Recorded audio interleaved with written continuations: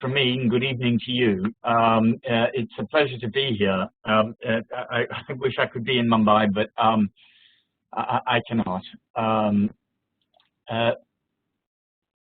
What I would like to do now, I'm just checking, can everybody online see this overhead that I have here of my title slide? Rahana, is that visible? It's visible, yeah.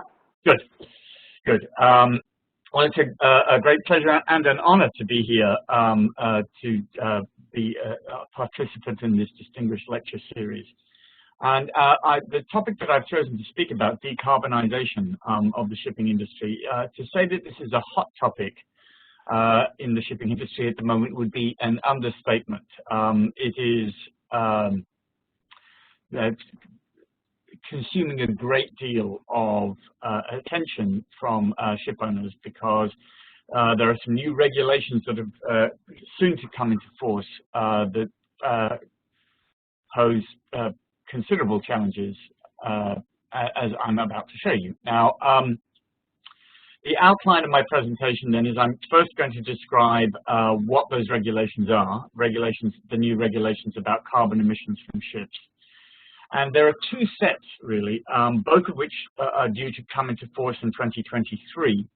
The International Maritime Organization, which I'm sure you probably know is part of the United Nations. The IMO regulations will come into effect in 2023, but there's also European Union regulations coming into effect in 2023 that will have an effect on any ships trading into or out of ports in the European Union. So I'm going to describe what the regulations are. And they are, as I will explain to you, what are called performance-based regulations.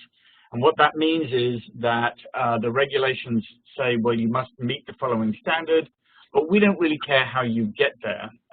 You can use different means of achieving this result as long as you achieve the result. So there are different methods, possible methods of compliance, including the use of alternative fuels and some operational measures. So I'm going to describe the different possible methods of compliance with these new regulations. But it will become apparent to you that this is going to cost a lot of money, compliance with these decarbonization regulations, literally trillions of dollars. Now, I looked up the way to do this with the Indian way of counting, and that's lakhs of crores of dollars. And how this is going to be funded will be rather different from the way the shipping industry has previously funded its business. And this will be ESG investing. I'm not sure whether you're familiar with the nature of ESG investing, but I will describe it to you. And also, there's the possibility of carbon taxes. So those are the three broad themes that I'm going to look at today: the regulations themselves, the different methods of complying with them, and the ways in which compliance might be funded.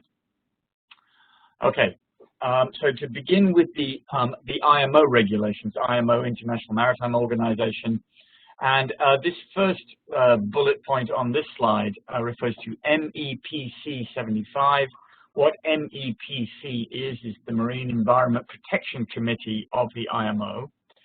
And 75 means at its 75th meeting of the Marine Environment Protection Committee, which was in November 2020, the committee approved a draft of mandatory amendments to MARPOL Annex VI. And MARPOL is the International Convention for the Prevention of Pollution from Ships. And Annex VI, as I will show you shortly, was introduced in 2005 to deal with air pollution, because MARPOL was originally created in relation to preventing pollution by sort of oil spilling into the water, but Annex VI deals with air pollution. And the draft amendments that were proposed in November 2020 were to cut the carbon intensity of emissions from all existing ships. And the aim, as Ms. Rahana has already said, is to reduce the carbon intensity of international shipping emissions by 40% by 2030 and by 70% by 2050. Now, the benchmark is 2008, because you have to measure like reduction from what. So the benchmark is the carbon emissions in 2008. So by 2030, that has to be reduced by 40% and by 70% by 2050. Now, MEPC 76, the 76th meeting of the committee, which was done virtually, by the way, in June 2021, so just 3 months ago, the committee adopted these new mandatory measures to reduce the carbon intensity emissions, and those new regulations will take effect from 2023, which is not all that far away. Now, the IMO strategy for reduction of carbon emissions, there are two different measures that are sort of compatible with one another, but they measure different things. The first is total greenhouse gas emissions, and GHG is the way that greenhouse gases are usually referred to. So the total quantity of carbon emitted from ships sailing around the world is one measure, but another measure, and the measure that's rather more important in the IMO regulations, is carbon intensity. And what carbon intensity is the amount of emissions per deadweight ton mile. Now, it may be obvious what a deadweight ton mile is, but the deadweight tonnage of a vessel is the quantity of cargo it can carry. Not the gross tonnage is the weight of the ship itself. Deadweight tonnage is the quantity of cargo that the ship can carry. And if you take that measure of how much cargo the ship is carrying, the deadweight tonnage per ton per mile that the ship travels. And so the carbon intensity is the measure of how much CO2 is emitted per deadweight ton per mile. And even if ships decrease the intensity of their carbon emissions, the total emissions will actually increase if there are more ships. I trust that makes sense. But even if each ship in the world is emitting carbon with less intensity, the total emissions will end up increasing if there are more ships. And there will have to be more ships in the future. So the focus of the regulation is on carbon intensity rather than the total quantity of greenhouse gas emissions. And why will there have to be more ships? Well, as Ms. Rahana already said, more than 80% of the world's trading goods is carried by sea. The world population is currently 7.8 billion people, but the United Nations projects that will be 9.7 billion people by 2050, which is a 24% increase. And so with more people, you need more trade, you need more ships. By the way, I point out at the bottom of this screen, the world population was 2.8 billion in the year that I was born. And as Ms. Rahana pointed out, today is actually my birthday. So I'm not going to tell you how old I am, but in the year that I was born, the population was only $2.8 billion. So it has nearly tripled during my lifetime, which is something that I find quite remarkable.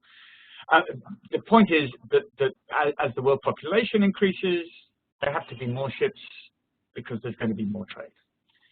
Now, this graphic that I've got here, I have to give credit. This is produced by DNV, the Norwegian Classification Society, that Norske Veritas. So I've borrowed it, and I need to give them credit for it. But it's a fairly effective way of showing how these two different measures work. Because the blue line is what would happen if nothing were done now. Emissions would just continue to increase until 2050 and beyond because there would be more ships. The goal is to follow the green line downwards in relation to greenhouse emissions. Now, as I've said, 2008, the beginning of the graph, is the base year against which things are measured. We're now past 2020, and the the first target is for reduction of intensity by 40% in 2030. Now, the key point here is if you see the line between 2020 and 2030, it remains flat. What that means is even if emissions are reduced by 40%, the total greenhouse gas emissions will remain the same because there are going to be more ships between 2020 and 2030. Now, the next goal is that by 2050, there will be a 50% reduction in the total quantity of emissions. Now, in order to achieve 50% reduction in total emissions, there has to be a 70% reduction in carbon intensity. So this explains these two different measures that are used in the IMO strategy and why the focus is on carbon intensity. Now, the IMO says that after 2050, we'll get to zero as soon as we can. So they're not really thinking beyond 2050 just yet. But so there's this, at some point we'll reach zero. Now, the vehicle that the IMO is using to make these regulations is Annex VI of MARPOL, as I already pointed out. MARPOL, the International Convention on the Prevention of Pollution from Ships. And MARPOL Annex VI was first introduced in 2005, and it was revised in 2010.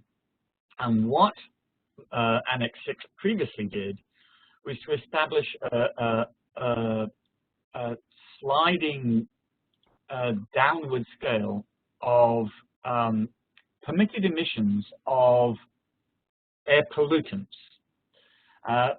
principally sulfur, nitrogen, somebody's writing on the screen, and particulate matter. And these are usually referred to as SOx, NOx, and PM. SOx being oxides of sulfur, NOx being oxides of nitrogen, PM being particulate matter.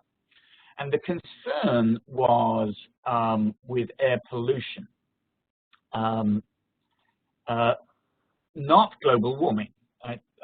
Nitrogen dioxide, NO2, is not a greenhouse gas. Sulfur dioxide is not a greenhouse gas. It can actually have some indirect effects because of aerosolization, but the point is that Annex VI, as first introduced, was concerned with air pollution, but not decarbonization. By the way, incidentally, the levels of SOx, NOx, and PM, permitted levels of emissions under Annex VI was significantly reduced from the 1st of January 2020. As you may well know, there is now increasing use of low sulfur bunkers on ships. But we're not here to talk about that because the new greenhouse gas regulations, the GHG regulations, are amendments to Annex VI to deal with carbon emissions, not SOx, NOx, and PM, which is what they were first introduced, what it was first introduced to do. And as I pointed out at the very beginning, these are what are referred to as performance-based regulations. Now, you may or may not be aware that already since 2013, there have been regulations for newly built ships. And since 2013, all newly built ships have been required to have what is called an Energy Efficiency Design Index, EEDI. And what the EEDI is now I see on this overhead, it says a minimum permitted quantity of CO2. That, of course, is an error. It's a maximum permitted quantity of CO2 per ton mile. So with new ships, they have to be, since 2013, they have to be built to comply with this maximum quantity of carbon emissions per ton mile. And the limits are gradually decreasing over time. Now, as I've said, these are performance-based regulations. So the limit is set, and then how ships achieve that result is left to the operator. There are different ways of achieving the result. Now, as I said, the EEDI has been in force since 2013.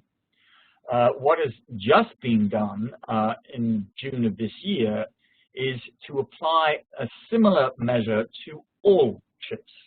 So from 2023, all ships, not just newly built ones, all existing ships as well, will have to have an energy efficiency existing ship index.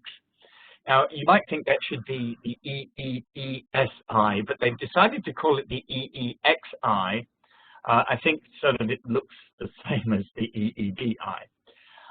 But the important thing about this index, whatever you call it, is that there is a carbon intensity indicator, the CII. And what the CII is, the carbon intensity, and remember the focus is on intensity rather than total emissions. And it's a required reduction factor of emissions. And what will happen, or what will begin to happen in 2023, is that each ship's operational CII is going to have to be measured. So every ship will have to measure how much carbon it is emitting and allocate that per ton mile, deadweight ton mile. And so the annual operational CII is going to be documented, and then it's going to be rated every year. And the ratings will be done by the flag state, the flag of registration of the ship. Now, as I'm sure you're aware, many flag states use classification societies to actually perform this task. But whoever performs the task, whether it's done by a flag state agency or by a classification society on behalf of the flag state, the essential point is that the ship will receive a rating every year of its performance against the target CII. And it'll be graded just like sort of grades at university. The grades will be A, B, C, D, or E.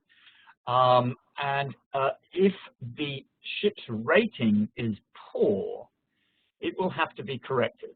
And so the flag state will require correction, implementation of measures to improve the performance of carbon emissions so that they meet the required factors. Now, as I'm sure you're all aware, flag state enforcement is not always as effective as it might be. And for that reason, in lots of areas, port state control is very important.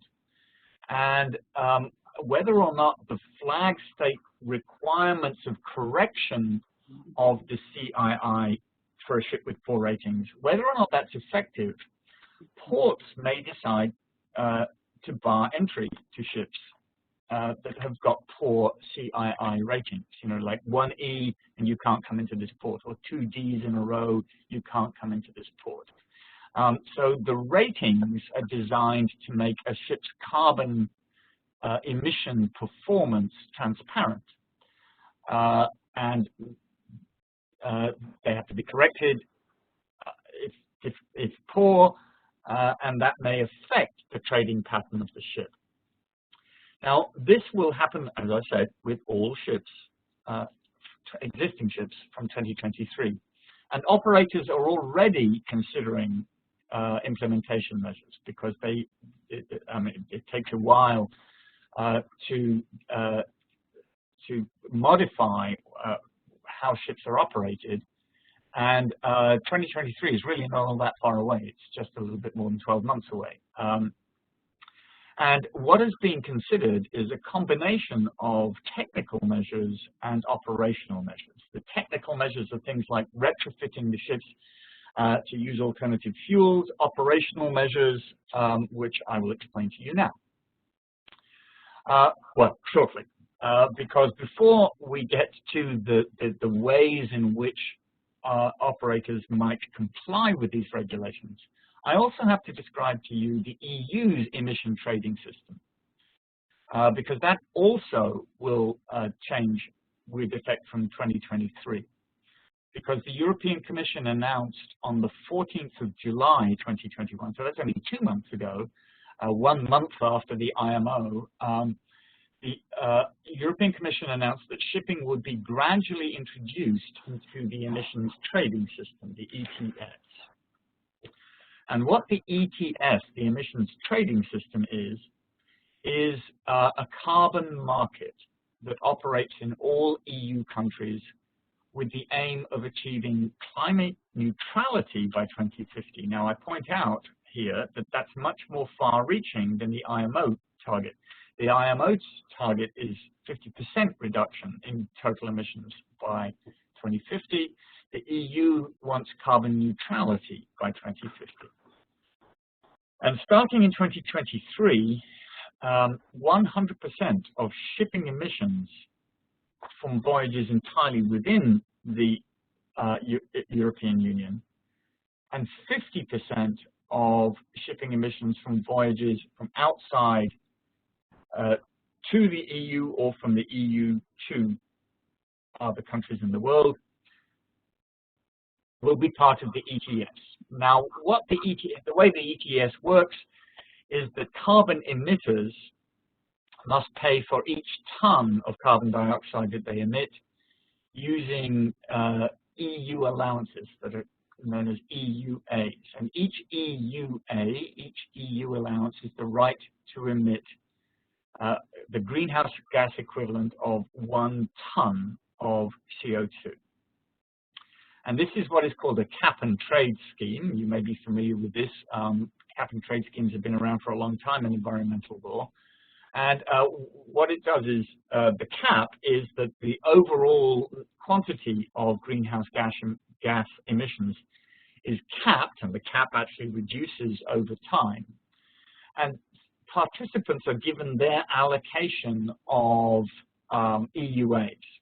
So ships will now be included, and ships will therefore have an allocated quantity of EUAs.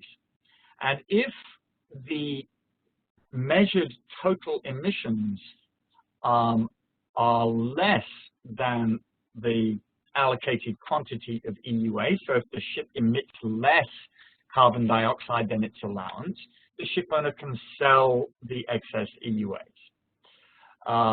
And that's the trade part of cap and trade. Now, if the ship is a bad emitter, and so is emitting more than its allocations EUAs, it's going to have to buy EUAs from somebody else in the scheme. Now, bad emitters, it's going to be very expensive to be a bad emitter in the sense of emitting more than your allocation, because the scheme proposes a fine of 100 euros per kilogram. That's not per ton, that's per kilogram of excess CO2 emitted. So if an emitter exceeds its allocation or its allocation plus whatever EUAs it's managed to buy, it will be fined 100 euros per kilogram, which, and there are 1,000 kilograms in a ton. So for each metric ton of CO2 over the limit, there will be a fine of 100,000 euros. Now, the maritime financial research firm Drury has estimated the annual cost of this EU scheme. And what they did, what Drury did, was to take the 2020 total emissions and then work out what would that have cost shipping operators in 2023, or what, so if the emissions from 2020 are still the same in 2023, what's that going to cost operators under the scheme? And they did it for the 3 biggest container shipping operators: Maersk, which is based in Denmark; CMA CGM, which is based in France; and Hapag-Lloyd, based in Germany. And these are very large numbers, as you can see. The estimate is that in 2023, if the emissions were the same as they were in 2020, this would cost Maersk about $407 million. 4,070 lakh, which is 10% of their earnings before interest and taxes.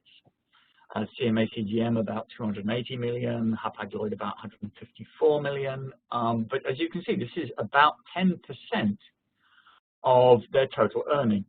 Now, these estimates are for 2023. Now, as I've said, the emission trading scheme is going to be phased in. And as of 2023, only 20% of emissions will be liable. In 2024, it's going to be 45% of emissions will be liable in the scheme, 70% in 2025, 100% in 2026.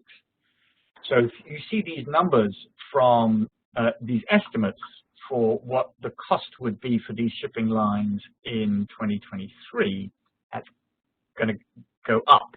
Right?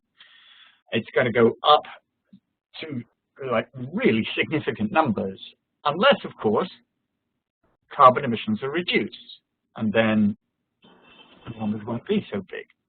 And that's the whole point of the scheme, of course, to sort of force operators to reduce their carbon emissions. So that's the EU scheme, which sort of sits on top of the IMO scheme, because ships that are trading from other parts of the world, like India, to the EU, are going to have to comply with this, as well as the IMO regulations. Now, how can this be done? Well, there are lots of different ways, and they are feverishly being considered at the moment. One of them, perhaps the most obvious way in which ships can reduce their carbon emissions, is to stop using carbon-based fuels. And the alternative fuel sources that are being considered are liquefied natural gas, LNG, ammonia, hydrogen, and biofuels. Now, biofuels are vegetable-based oils, including, rather remarkably, recycled cooking oil. And there are other options. These are just the main ones that are being considered. But the general expectation at the moment seems to be that LNG will be the medium-term solution. Most shipping operators at the moment are considering using LNG, but that is, for reasons that I'll explain shortly, really only a medium-term solution. That might be the solution for the next 15 years. But beyond that, other fuel sources will be necessary in the longer term. So let me talk about LNG, liquefied natural gas. It's not a particularly viable option for existing ships, but existing ships are going to have to come up with some method of carbon reduction. And if you were to use LNG as the bunkers on existing ships, that would require modifications to the engines. It would also require larger bunker tanks. So that's a considerable amount of retrofitting for existing ships. LNG is an obvious possibility for new buildings, newly built ships, because the ship can be designed from scratch to burn LNG bunkers rather than oil bunkers. But the reason why LNG is not seen to be a long-term solution is that it's not carbon-free. It does emit 25 to 30% less CO2 than traditional marine fuel. So it's better than the kinds of bunker fuel that's being burned at the moment. And it also has virtually no SOx, NOx, or PM. So it also is less of a pollutant than traditional marine fuel oil. So that's good, right? And the fact that this is the sort of preferred solution, at least for the moment, is shown by the fact that in 2019, there were only 34 ports in the world that could provide LNG bunkers. So there were only 34 LNG bunkering ports in the world in 2019. Now in 2021, there are 96 LNG bunkering ports in the world, and there are 55 in development. So this is a clear indicator of increasing demand for LNG bunkers. Now, so far as I'm aware, and I've done what research I can, but I'm sure people listening are probably much better qualified than I to know. But I believe at the moment there's only one in India, in Kochi, but others are in development. So LNG is clearly the sort of coming fuel of the moment. There are drawbacks. So not only is it not carbon-free, it just reduces the quantity of carbon emissions. But there's also the possibility of something called methane slip. And what methane slip is that some methane enters the exhaust from the ship unburned. And methane is actually a much more potent greenhouse gas than CO2. So LNG is not exactly the perfect solution to reach the IMO goals, or indeed the EU goals. But as I said, it seems to be regarded as the interim solution. And the picture that on the slide on the screen at the moment is of a container ship, the CMA CGM Jacques Sardet, that was launched just last year. It is the 6th largest container ship in the world, with a staggering capacity of 23,112 TEUs, is 20-foot equivalent units, 20-foot containers, so it can carry the astonishing number of 23,000 containers. And it is entirely powered by LNG. It's the largest ship in the world to date, entirely powered by LNG. So CMA CGM, large French container line, is obviously sort of spending a great deal of money on the assumption that its ships can use LNG. But as I've said, it seems to be that LNG is not the long-term solution, because it's doubtful whether, even if all ships were to switch to LNG, it's doubtful that that would be enough to meet the IMO targets, let alone the EU ones, because there will still be carbon emissions from LNG. They're smaller, but still existing. And a little sort of indicator of this fact is found in the fact that the world's first ocean-going LNG-powered ship is this ship in the picture at the bottom of the screen here, an offshore supply vessel. That's what OSV is. An offshore supply vessel, Viking Energy, was launched in 2003, and it was then the world's first ocean-going LNG-powered ship. It was actually converted through a hybrid battery system in 2016, and it's going to be converted again to use direct ammonia fuel cells in 2024. So if you wanted an indicator of the fact that LNG is only a temporary solution, this ship, the world's sort of first, eco-friendly fuel-burning ship, or an attempt to produce the world's first eco-friendly ship, is already transitioning to different types of fuel than LNG. And one possibility, and as I said, there are several possibilities, but one possibility is ammonia. Now, ammonia is a fuel of low energy density, and what that means is it takes up more space than diesel or fuel oil for the same amount of propulsive energy. And what that means is that to retrofit existing ships so that they could use ammonia would not only be expensive because you'd have to retrofit the engine, but it would also lose cargo space because the bunker tanks would have to be much larger. So far as I'm aware, there are no new buildings like CMA CGM Jacques Sardet that are actually launched using ammonia, but there are some in development. Now, the advantage of ammonia is that there's no carbon at all in ammonia. So it would be a carbon-free fuel, but it does need pilot fuel to make it burn. Ammonia doesn't burn readily itself, so you have to have something that sort of gives it the spark to burn. And that means that ammonia bunkers would still not be carbon neutral because you'd need to use a carbon-based fuel to sort of fire it up. But importantly, as the last bullet point says, there are relatively few modifications are necessary to convert an LNG-powered vessel to use ammonia. Now, an oil-burning vessel to burn ammonia, that's a different matter. But an LNG-powered vessel like CMA CGM Jacques Sade can be relatively easily converted to burn ammonia.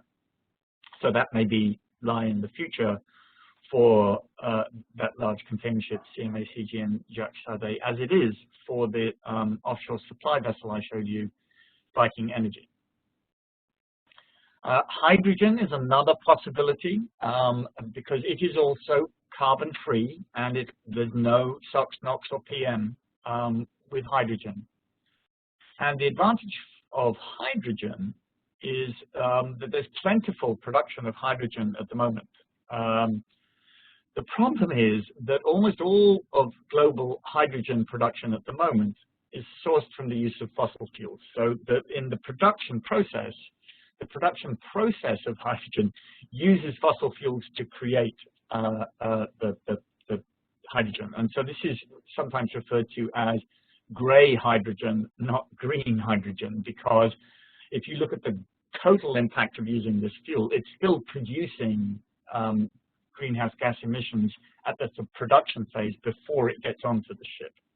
And there is not yet plentiful production of green hydrogen being, of course, hydrogen produced without producing greenhouse gas emissions in the process of production. So obviously, if hydrogen is to be the way of the future, there has to be an increased production of green hydrogen. And the other thing about hydrogen is it's more different from existing fuels than LNG and ammonia are. And so it would create significant infrastructure costs in relation to storage, and transportation, and use. So there would be landside costs if hydrogen is to be the fuel of the future. And as I've already said, it's not easy to retrofit existing ships to use hydrogen. Another possibility is biofuels. And in some respects, these look like the best option. What biofuels are, they're vegetable oils produced from plant oil feedstocks. And the plant oil feedstocks are things like rapeseed and soybean and palm oil. But also, as I said, rather surprisingly, recycled waste, such as cooking oil, can be converted into biofuels. Now, the advantages of biofuels are that they produce up to a 90% reduction in CO2 emissions. So that's much, much more than LNG. And there's no SOx, NOx, or PM either, so there's no air pollution with them either. And here's the next bullet point is the key point. They can be used in existing engines. Biofuels can be used in existing ship engines. And so this has been described as a kind of drop-in substitute. Drop-in in the sense that you can just start using it on an existing ship. And these two ship pictures that I have on the right of the screen here are of a couple of ships that have actually already completed sort of commercial voyages, not just test voyages, but actual commercial voyages carrying commercial cargoes when they themselves were burning biofuels. So ONE, the Japanese consortium, successfully used biofuel bunkers on this container ship at the bottom of the screen, the MNLU Experience, and Eastern Pacific, which is a tanker operator, the picture at the top, successfully used biofuel bunkers on Pacific Beryl. Ironically, the Pacific Beryl is a tanker and therefore was carrying a cargo of not low carbon fuel, but so these two ships show that this is literally a drop-in substitute. If the biofuel is available, existing ships can use it. So that makes it obviously a very attractive alternative in the short term. But the problem is there is a lack of sustainable supply so far. The current production of biofuels is mainly occurs in Europe. There's very little production outside of Europe. The principal port for biofuel bunkering is Rotterdam. And so the current production covers only about 15% of energy demand for shipping, and that would obviously have to increase if this is going to be the low carbon fuel of the future. Now, as well as using alternative fuels, there are also operational measures that can and will be used to reduce emissions. And the two main ones that I want to talk about are slow steaming and virtual arrival. Because slow steaming, like simply moving the ship more slowly through the water, reduces emissions because less fuel is burned to sail slowly than to sail at high speed. And the MEPC, the Marine Environment Protection Committee of the IMO, was at one time was actually considering imposing a speed limit as a means of reducing carbon emissions. It didn't do that, but that's just evidence that speed reduction reduces emissions. Now, historically, disputes about speed and consumption warranties in time charters were usually claimed by charterers that the ship was too slow. Now, incidentally, I'm dealing with this very point at the moment with my maritime law class here at Tulane. So speed and consumption warranties, the ship owner promises to the time charterer that the ship can maintain a certain average speed at a certain average consumption of fuel, and historically disputes about that kind of promise were usually claimed by the charterer. The ship is not going fast enough, or it's using too much fuel to make that promised average speed. Well, in the last 10 years or so, it has become more common that it's the charterer who wants the ship to sail slowly, because the charterer, a time charterer, has to provide the bunkers for the vessels. The time charterer covers the running costs for the vessel. It's the charterer that's paying for the bunkers, and so the charterer wants the ship to sail more slowly so that it uses less bunkers.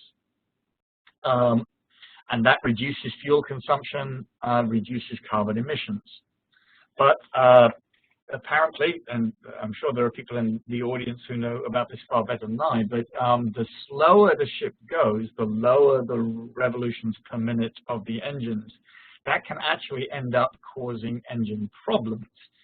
So in the past 10 years or so, the scheme has been kind of reversed in relation to time charter parties, because it's now the owner who wants to go more quickly and the charterer who wants to go more slowly. Because of this shift in sort of the desire of who wants to do what in time charter parties now often include slow steaming clauses, because if you look at the traditional time charter party forms, they just say the ship must use all available dispatch, go as fast as it can. And so if the charterer is going to be given the right to say to the ship owner, no, I want you to sail more slowly with lower engine RPMs, it has to be given the contractual right to give that order. And that's what a slow steaming clause does. There are even ultra slow steaming clauses which give the charterer the right to direct the ship to move at what's effectively walking pace. Now, so those are slow steaming is the operational measures, one operational measure. Another way of achieving the same result that you see in voyage charters are virtual arrival clauses. So slow steaming clauses you see in time charters. In voyage charters, the mechanism, the contractual mechanism for achieving reduced fuel consumption is virtual arrival clauses. And what a virtual arrival clause is, it's an odd name really for what is going on, but that's what they're called. It's an agreement to slow the ship's speed so that it arrives at port on a fixed date. Because there's no point in sort of steaming at full speed towards a port where the ship is going to be delayed or delays are expected. It makes more sense that if you know that delays are going to be expected at the port that you're headed to slow down so that you arrive just in time for when the port is ready to accept the ship. And that's what virtual arrival clauses are. And again, if I've got a little graphic here of how virtual arrival works. The brown bar lines are what the emissions would be if the ship were to sail at full speed. So the voyage starts on day 1 and is expected to arrive 15 days time. And if it just sails at full speed, these are the total emissions per day. Now, if by day 3 it becomes apparent that arriving on day 15 of this voyage would just mean that the ship then has to wait for berth at the destination port, there's not a lot of point continuing to sort of bang on at full speed to arrive by day 15 if you're then going to have to wait for berth to get in. So as you can see down the bottom here, virtual arrival decision is, well, then let's slow down so that we don't arrive until day 17, because on day 17, the port will be able to take us in. And the advantage of slowing down to arrive later is that then the bunker fuel that's used is less, the carbon emissions are less. And as you can see in the box at the bottom, the CO2 emissions at full speed on this projected voyage would be 2,081 tons for this sort of model vessel. And at reduced speed, it would be much less, 1179. There would be a reduction in CO2 emissions and a reduction in SOx and NOx, and would save about 290 tons of bunkers, about 43%. Now, again, the reason why you have to have a virtual arrival clause if you're going to do this is that without a special provision in the contract to this effect, that the traditional obligation of the ship is to make all possible speed to all available dispatch. And so these types of clauses are being included in charter parties to give the charterer the right to tell the ship owner to sail in such a manner that it will use, the ship will use less fuel and therefore less carbon emissions. Now, my third and last main theme is how is all of this going to be paid for? Because it's going to cost a lot of money to implement the required technology and operational measures. The estimates at the moment, and these are estimates, and as you can probably imagine, it's very difficult to estimate how much this is going to cost. But the estimates at the moment is that to achieve the IMO's goals by 2050 will cost $1.4 to $1.9 trillion. And again, I've tried to do this with the Indian way of counting. That's 1.4 to 1.9 lakh crores of dollars, which is an awful lot of money. And as my sub-bullet point there points out, this will require land-based infrastructure, landside infrastructure to make available the new fuels, as well as modifications to the ships. Now, if you take that estimate as accurate, 1.4 to 1.9 trillion dollars, and you look at the number of trading ships there are in the world right now, right? There are about 53,000 trading ships in the world at the moment. And if you take the number of 1.4 trillion and then divide it among the 53,000 trading ships in the world at the moment, that comes to 26 million or to 36 million dollars for every trading ship in the world today. Now, obviously, that's just a sort of rough average because some ships are much larger than others, and it wouldn't, the amount wouldn't be the same for every ship. But $26 million per ship is a huge sum of money, because that's more than a great many ships are worth at the moment.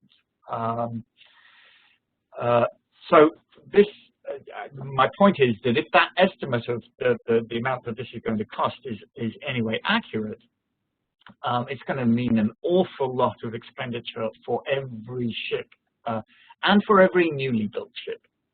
Now, I should repeat the point that land-based infrastructure costs will not have to be borne by the ships themselves. So this estimate is just sort of designed to be illustrative of quite how much money we're talking about.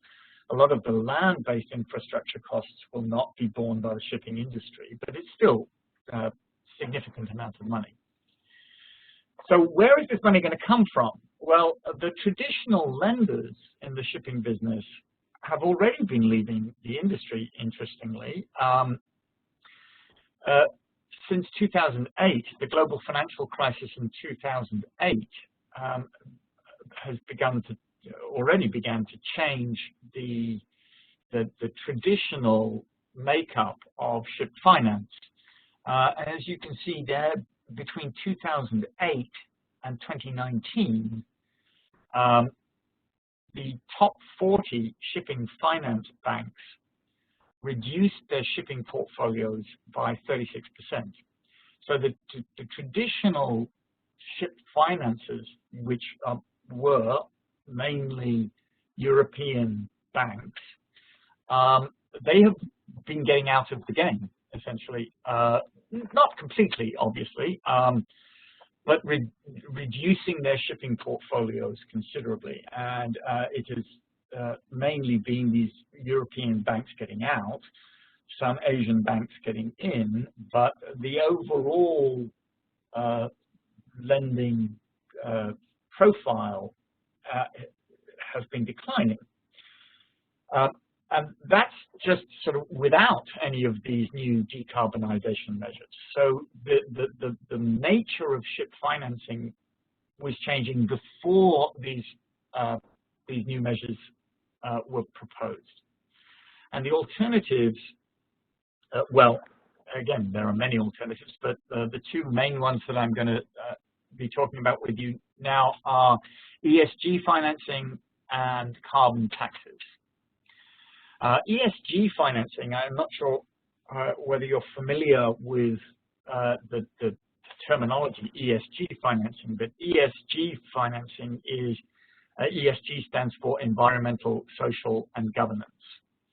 And what ESG investors are concerned with is not just profit. So ESG investor will only invest in projects that are environmentally conscious, that are socially conscious, no child labor, for example, and that have more transparent governance of the borrower.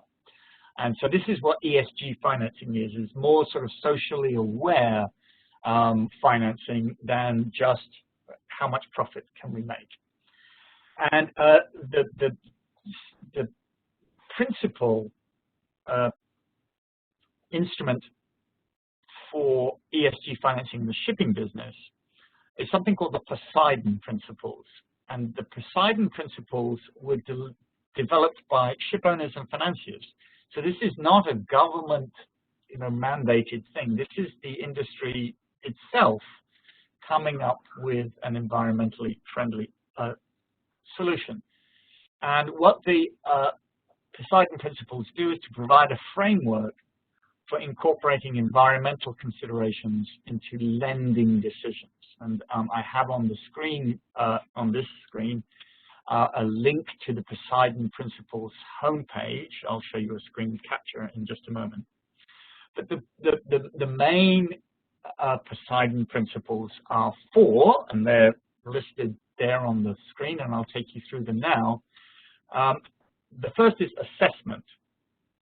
And so what will happen for lenders that are abiding by the Poseidon principles is that they will actually measure carbon intensity relative to the established decarbonization trajectory.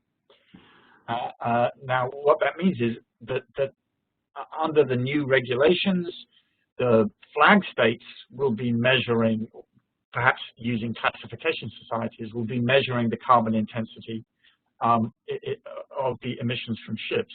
But so will the bank or the lender, right? Because it will have a target of carbon emissions for its whole shipping portfolio.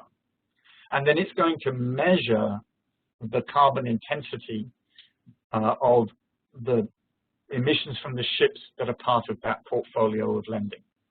So banks and other lenders, hedge funds and so on, will now be measuring carbon intensity if they abide by the Poseidon principles. Accountability is the next one. Poseidon Principles signatories will use only essentially hard data. They're not going to trust sort of suspicious data. They will only use data types, sources and standards established by the IMO itself and service providers recognized by the IMO. So one of the principles is we're going to measure this stuff and we're going to make sure that we're measuring it properly. Enforcement, the lenders will provide the appropriate data and information to the ship owners, and also require consent to be given to sharing the information in order to promote transparency. And transparency is the last of the Poseidon principles. All signatories will state that they are signatories. So, you know, if you go to the website, it'll say we adhere to the Poseidon principles. But they will publish the results of their portfolio climate alignment. And so that's what the enforcement part is, that a Poseidon Principles lender will say to the borrower, we're going to share the information about your performance. And we are going to publish information about our whole portfolio of borrowers so that everybody can see how we, the lenders, how our money is performing in terms of carbon reduction. So this is the Poseidon Principles homepage. As you can see, a global framework for responsible ship finance. The Poseidon Principles provide a framework for integrating climate considerations into lending decisions. And so this is, I find very interesting because this, unlike the IMO scheme or the EU scheme, this is not government proposing regulations that must be enforced. This is the business itself saying we are going to do this. We're going to incorporate these climate considerations into our lending decisions. Now, if I show you the Poseidon Principles signatories to date, I'm not going to read this whole list, but if you just cast your eye over this list, you'll see there's a lot of significant banks on this list. Many of them are, most of them indeed, are European and Scandinavian. Banks like BNP Paribas in France, Den Norske Bank, which is a big traditional shipping lender there. There are some American and Japanese, but the point is that these are the existing Poseidon Principles signatories. So these are the banks that are already saying that they're going to abide by these principles in their lending, and that number will presumably increase.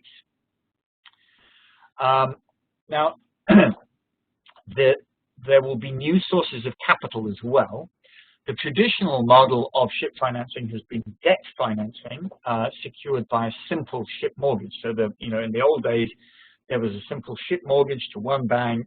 That is, although traditionally the model for ship finance, that has been less so since the crash of 2008. Ship financing has been diversifying and will continue to diversify. There are now financial leasing companies that use sale and leaseback, and that's particularly popular with Chinese lenders. Private equity, so instead of having privately owned companies, there are publicly traded companies, so using equity rather than debt, and that's particularly the case in the United States. And something called collateralized loan obligations, which are common in so-called green financing. The International Capital Markets Association published Green Loan Principles in 2018. So as you can see, these are just more measures that the financiers themselves are incorporating into their lending decisions. The other possibility for raising the money to do all of this is a carbon tax. And what a carbon tax would do would be to steer companies towards using low greenhouse gas fuels by taxing high greenhouse gas fuels. And the so-called well-to-propeller basis means that you look at the sort of entire life of the fuel. And to use the example of biofuels, as I've showed you, they're low emitters once they're on the ship. But they have a higher carbon intensity earlier in their life because in like harvesting the feedstocks, converting them into fuels, that produces carbon emissions.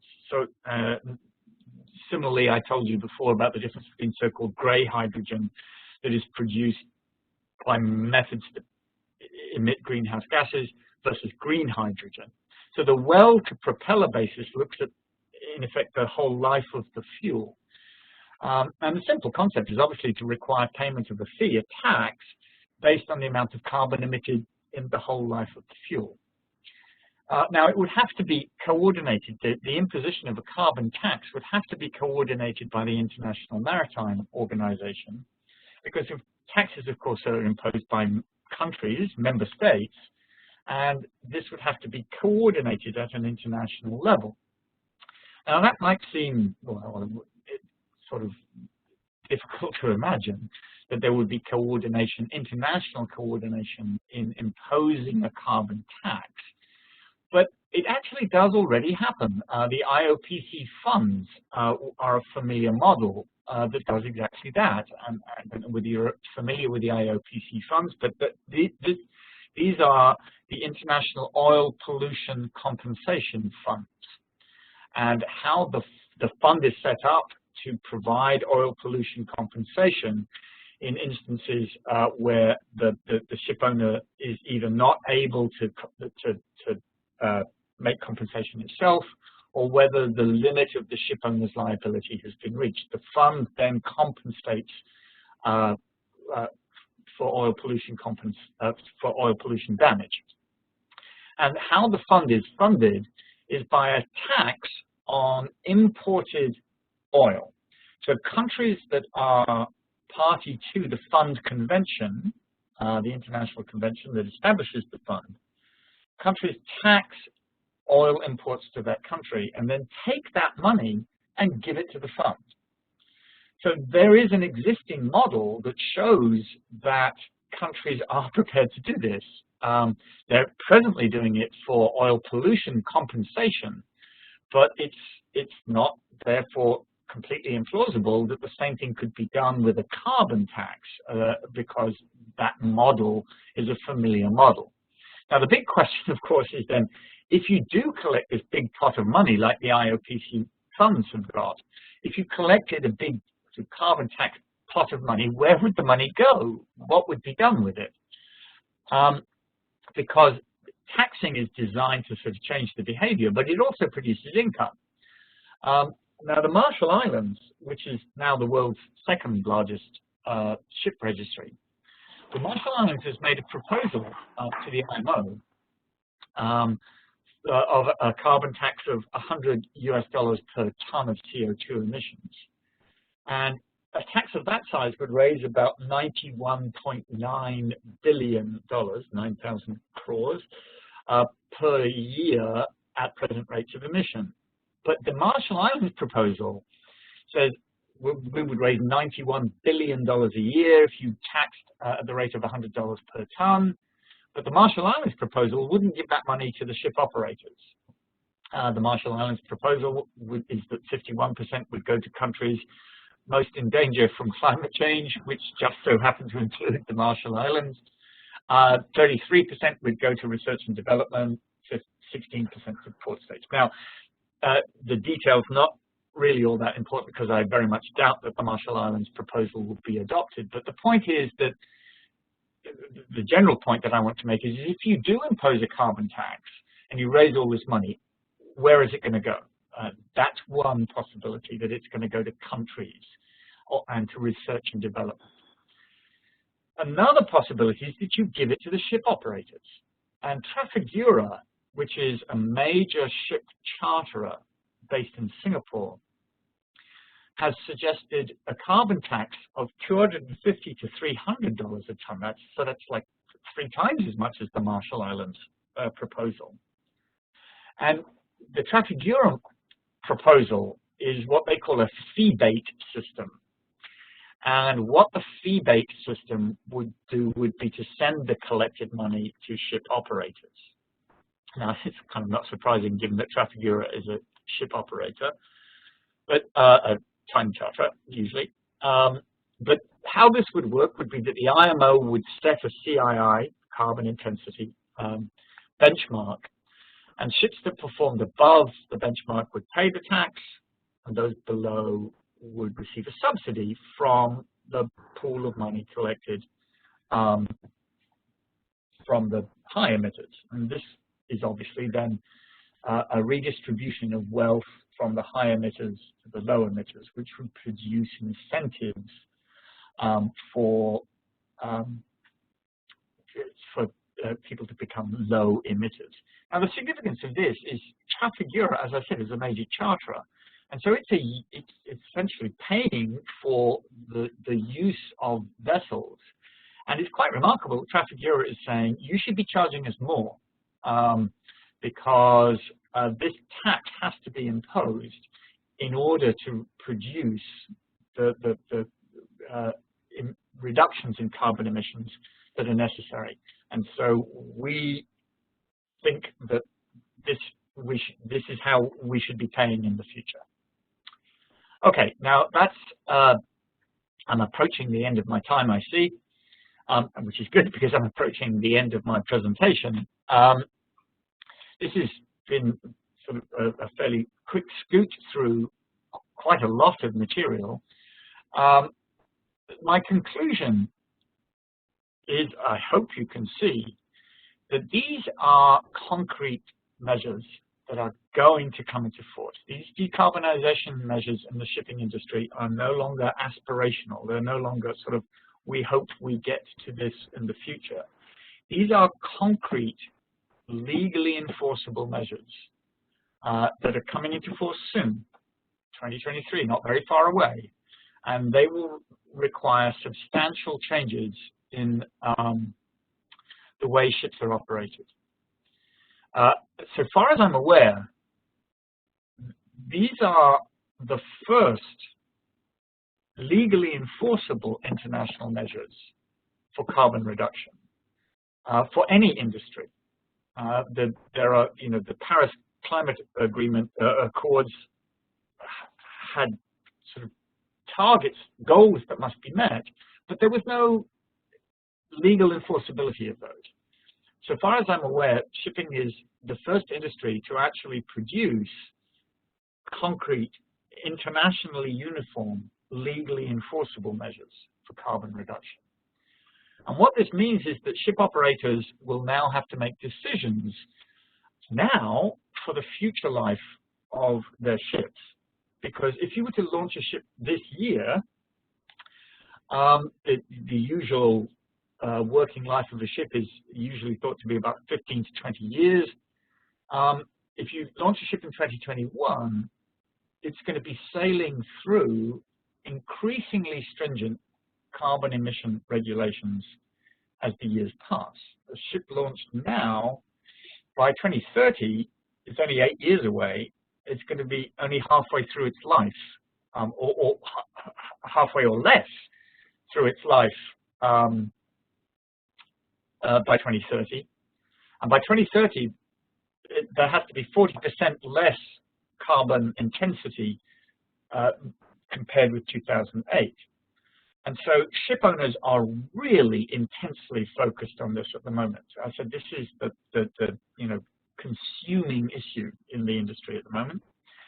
But ship operators are still wary of making the wrong choice, of betting on the wrong horse, if you like, because just picture sort of sinking an awful lot of money into investing in ammonia as the fuel source for your ships, and then in practice it turns out not to be ammonia. It's a little like at the beginning of video tape recorders. They're now redundant, but you may remember that there were two different systems, the VHS system and the Betamax system. And if you bought a Betamax recorder and the prevailing system turned out to be VHS, you'd sunk your money into you'd bet on the wrong horse. The same thing with sort of Microsoft and Apple. Like, what is going to be the predominant alternative fuel source? We don't know. It's difficult to predict at the moment. Something will have to happen, and ship owners know that they have to do something now. But there's a lot of sort of concern about getting it wrong. Now, the final bullet point is, as you can see from all of this, there will be a significant number of new legal issues for maritime lawyers just as a result of these measures. And so your center is one for maritime law and research, and heavens above, there are enormous opportunities for future research in this field. Maritime lawyers historically focus on litigation and arbitration. I mean, a lot of maritime law work is dispute resolution, and rather less transactional work. But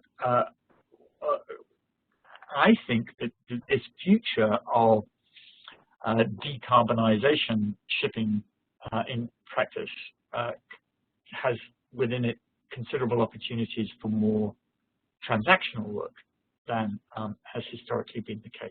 But my closing observation is that obviously there's a whole load of new legal issues on the horizon, and that is the end of my presentation. So I am now quite happy to take any questions that may have arisen as a result of any of that.